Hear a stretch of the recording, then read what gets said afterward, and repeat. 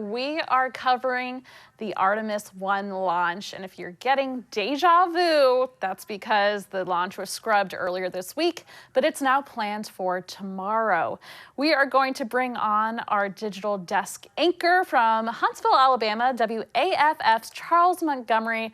Charles, thank you so much for joining us here today. Yeah, great to be here. All right, so your station is based in Huntsville, Alabama, and Huntsville plays a crucial role in the Artemis 1 launch mission. Can you explain how?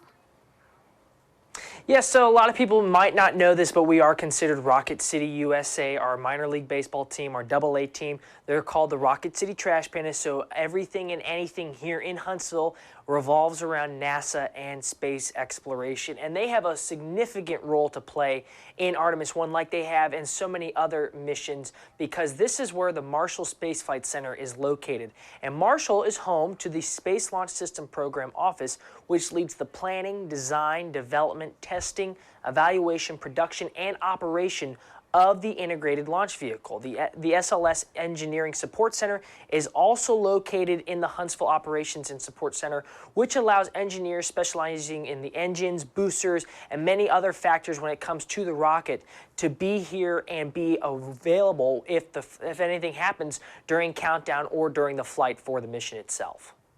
All right, and in preparation for the first attempt to launch, I saw your station did several stories digging into that launch. What types of stories were you telling ahead of the first attempt to launch?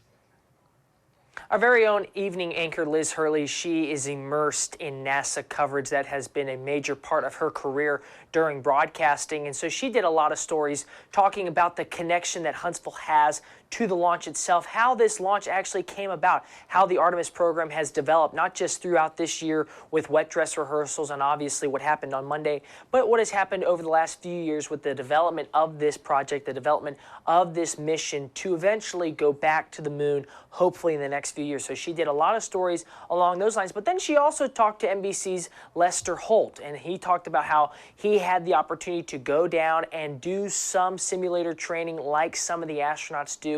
He got to try on some of the new suits that they actually have for NASA astronauts as well, including one that will be on Artemis 1 when it does launch. A mannequin will be wearing that suit. Very own Lester Holt, he got to try that on. So she talked to him about that as well and getting a nice in-depth look of what they're doing in preparation for this launch. And she's been down there all week giving us great coverage in Cape Canaveral as we've all been sitting by very anxiously. We've been patient, but we've been very anxious throughout the week to finally get this thing off the ground and on its way to the moon. And you answered one of my questions, actually. So we know that your anchor, Liz Hurley, was down in Florida for the first attempt to launch. So it sounds like she hasn't left. And you guys had such a great plan for the first launch. Were you disappointed? Was the team disappointed at all when it wasn't able to lift off? We were definitely disappointed. We were prepared Monday for it to happen. I was in early at the station, earlier than I'd like to admit probably, and we were here prepared to go and be able to stream it and cover it and watch the rocket itself take off. But we knew going into Monday morning the possibility of the launch being scrubbed, which it ended up being scrubbed, of course. But yes, we were disappointed. And of course, they've had this watch party. They had it planned at the U.S. Space and Rocket Center, which is here in Huntsville. And they had that planned they had over 2,000 people there Monday morning, bright and early, ready to watch Artemis 1 take flight, and those people were severely disappointed. But of course, they're going to have another watch party set for tomorrow, so hopefully around 1:17 our time here, they will open that launch window, and it will be the time for Artemis 1, the mission, to finally take off and get going. But we were definitely disappointed. We were so prepared for it to go, but we understand the problems behind trying to do something to this capability that NASA has, and they've talked about it throughout their teleconferences this week, talking about what they've tried to overcome, what they were prepared for, and things that have just also popped up throughout the week that have become new things that they try to overcome as they look forward to possibly launching Artemis on Saturday. Wow, 2,000 people at that watch party. I wonder if all of them are going to go back, if it's going to feel like complete deja vu. Is the excitement still there in your newsroom? I know this has been an incredibly exciting thing to report on. It definitely is. We really are still excited. I get to come in tomorrow and we get to stream. We plan to stream starting at 1 o'clock with Liz down there in Cape Canaveral. Hopefully I can talk with her a little bit before the launch and then get her perspective on what's happening down there. And so we are looking forward to it still. We've prepared since earlier this week, knowing that they could kick it to Saturday, that we had that opportunity to come in, cover the launch still, and we're just as excited as we were going into Monday that it could still launch this weekend. And that leads me into my next question. Run us through the plans for tomorrow. Run us through what people can expect if they watch WAFF's coverage. And we will be carrying part of your coverage too, so it will actually be available to a nationwide audience. So kind of run through the plans and what we can expect to see tomorrow.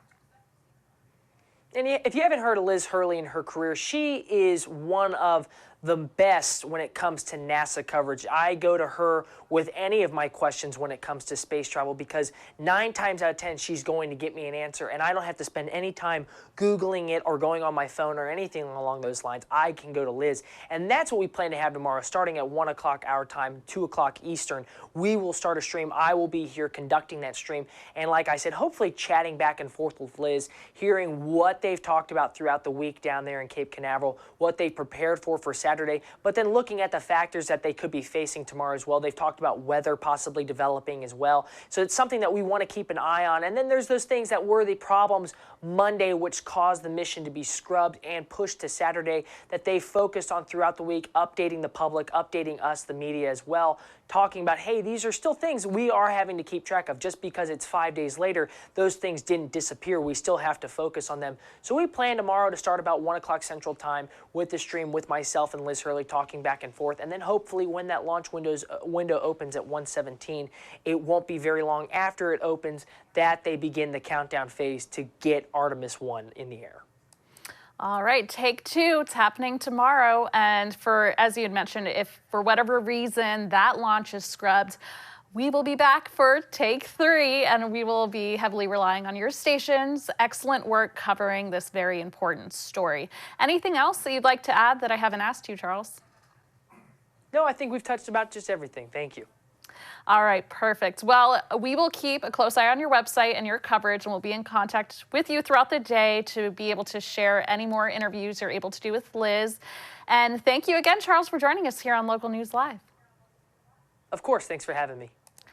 All right, again, that was Charles Montgomery with WAFF talking about Huntsville's critical role in the Artemis 1 mission and also the plans that their team is involved with to tell the stories of this big mission that a lot of people have been counting on and waiting to see happen. So again, take 2 happening Saturday. We will see what happens then. For now, you are watching Local News Live. We're going to go ahead and head into a commercial break. We'll be right back.